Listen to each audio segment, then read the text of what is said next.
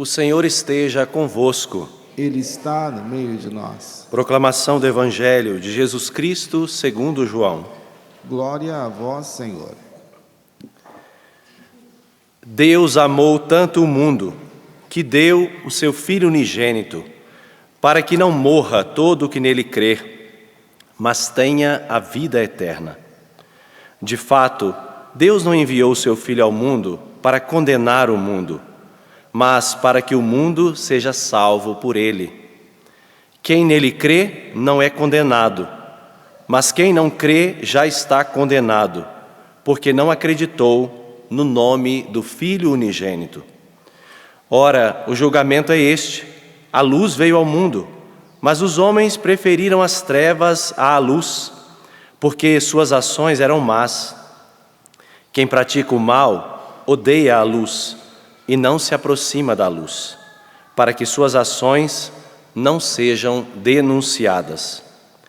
Mas quem age conforme a verdade aproxima-se da luz, para que se manifeste que suas ações são realizadas em Deus.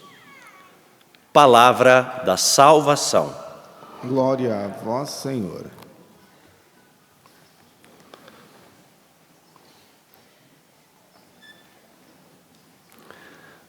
Meus irmãos e minhas irmãs, achei interessante como a primeira leitura ela é providencial para esses tempos de hoje que nós estamos vivendo, de expectativa de conclave, né?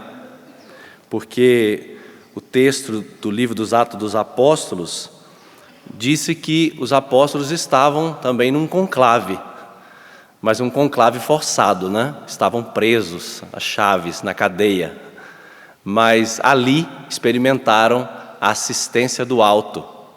Então, se um conclave forçado, como foi esse, o Espírito Santo veio em socorro aos apóstolos, que dirá neste conclave, né, que nós estamos vivendo, que é um conclave de unidade, de comunhão entre os cardeais, nós presenciaremos também a assistência do Espírito Santo aos nossos cardeais.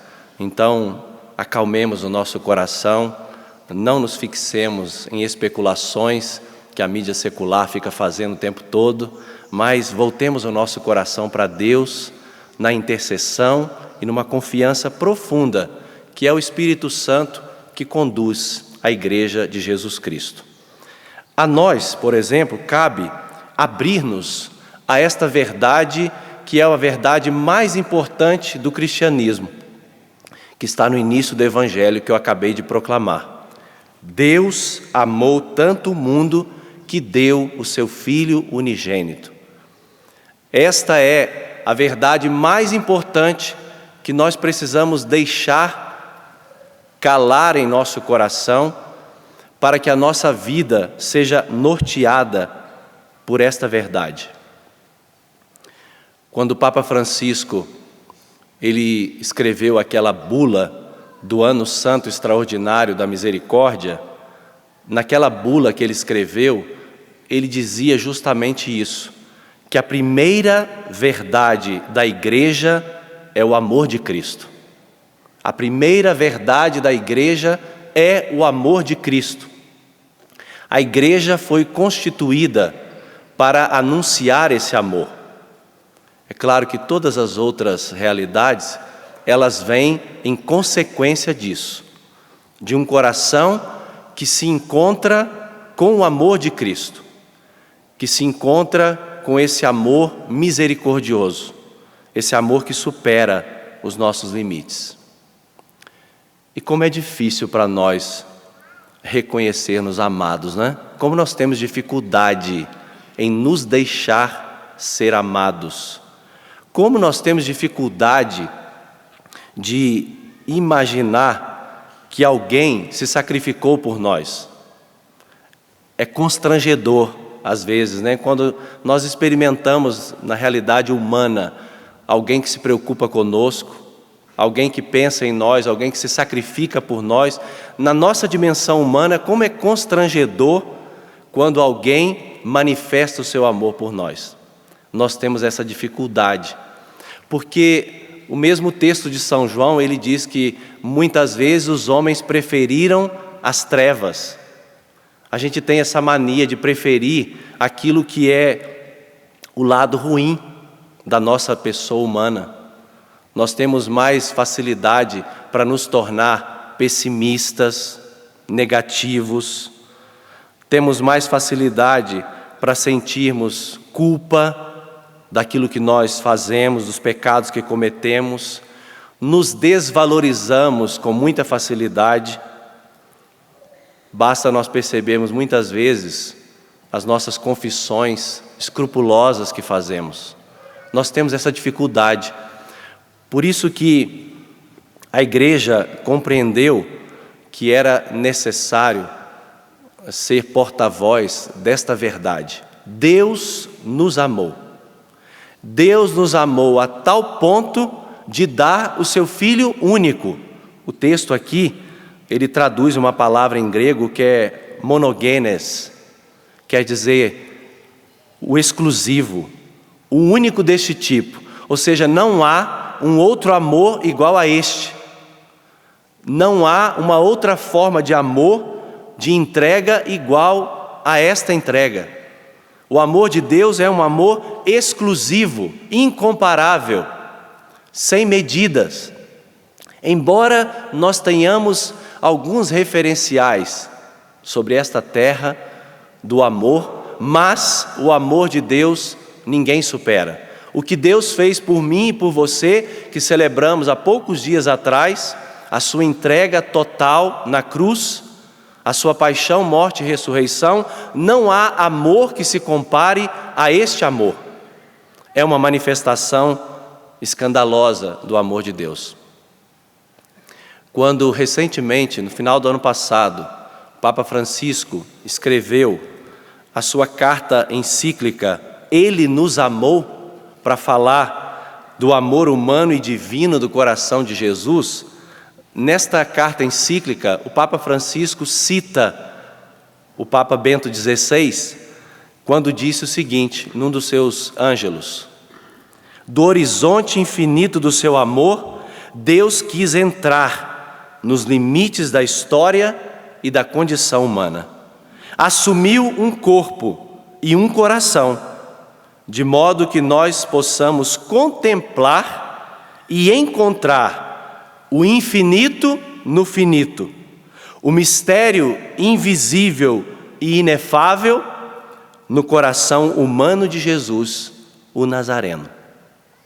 Foi em Cristo Jesus que Deus nos amou, que Deus manifestou o seu incomparável amor, o seu exclusivo amor.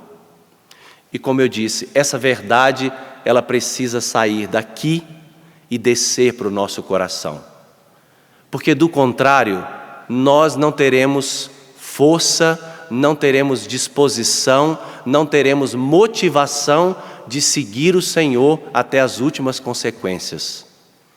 Por que os apóstolos, na primeira leitura de hoje, eles foram capazes de apenas presos, apenas chicoteados, retornarem para o templo, ensinando, falando do nome de Jesus? Porque eles experimentaram o amor de Cristo. Porque eles experimentaram a força desse amor transformador. Então, não existia nada na dimensão humana que fosse capaz de pará-los. Nada os impedia de avançar, de ir além das tribulações, dos sofrimentos, das perseguições, porque tinha uma força motora em seus corações que era esse amor de Deus, não conhecido intelectualmente, mas experimentado no mais profundo de suas almas, levando-os a dizer sim a Jesus em meio às perseguições. Por isso eu e você, nós precisamos experimentar a força desse amor transformador. Nós precisamos experimentar esta força dentro de nós, para que nada nos detenha e nós continuemos a nossa missão. Por isso hoje, peçamos ao Senhor a graça de manifestar em nossas vidas mais uma vez a força do seu amor. Feche os seus olhos agora e peça isso. Peça agora que no teu coração Jesus possa colocar esta palavra de salvação. Jesus possa fecundar esta verdade mais profunda. Deus amou tanto o mundo que deu o seu Filho unigênito. Você pode trazer isso para a sua vida pessoal.